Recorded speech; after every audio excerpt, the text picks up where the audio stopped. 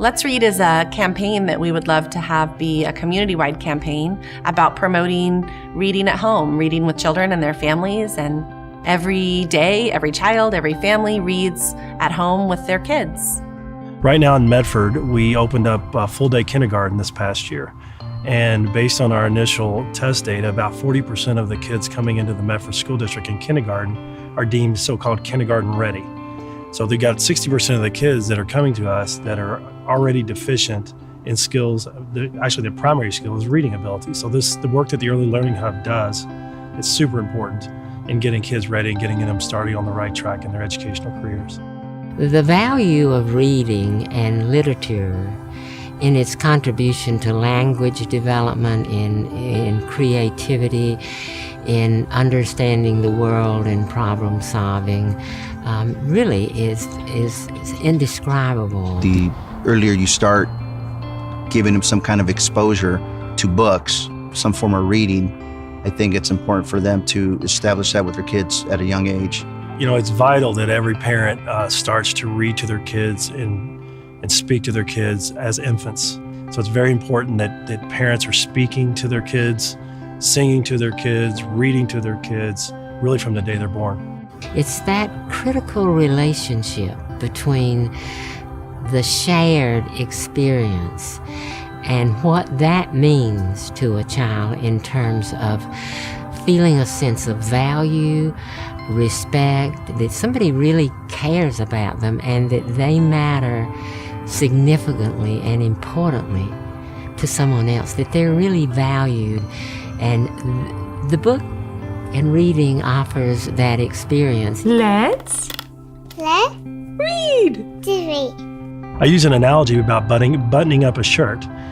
If you're buttoning up a shirt and you get the first button wrong at the bottom of your shirt, by the time you get to the top, it's crooked, right? That first button is very, very important, which is the ability to read before you get to kindergarten, to school. If you're not reading to your children, you're depriving your children of a free benefit, of a free lifelong skill that's going to help them succeed in life.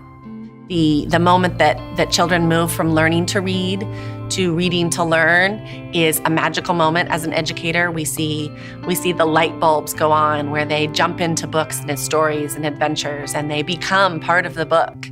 They become a character in the book. Pretty much I like reading because my whole life goes into the book, and I'm pretty much one of the characters.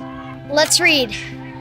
There are communities all over the United States that are promoting community read initiatives. We believe in giving back to our communities and building stronger communities, and that's why we give back primarily to children.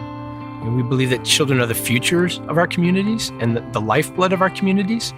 And without strong, smart, talented kids, our communities won't thrive. It trickles upward when we develop children in ways that we may never expect, in neighborhoods that care more for each other, basically in the general way that we treat one another. Let's read. I just think sometimes, for whatever reason or another, kids don't have that, maybe that support from the parents because of them being busy, doing work-related stuff. I like to learn some cool stuff and learn about new things. My wife and I made deliberate attempts to read to our children every night. Even when we were tired and didn't care to do it, we forced ourselves to do it. And I'm proud to say that it has been a big factor in the success of my children. They're choices. These are the human beings you bring into this world, and they have to be priorities. And it doesn't take long. You're not talking about hours a day. It could be 20 minutes a day. Reading it makes you intelligent. To be a volunteer, to connect to our schools and community organizations. Any way that somebody would want to be involved, we want them to know that there are a variety of ways for people to be involved. The recession cut off some of the funding that supported the Smart Reading program, and so they weren't able to pay coordinators anymore. And they asked if volunteers were willing to band together to help keep the program going. And 5 of us at Jackson Elementary said, well, we'll do it. We can do it. So we did. And we're still doing it. Let's read. After the birth of a child, using books and literature and building relationships are the absolute most critical role that a parent can play. Not only are you reading to your kid and improving their linguistic ability, but you're connecting with them on a very personal level with the whole nurturing, aspect of being a parent. For any parent who's read to children, it's not just about teaching them to read.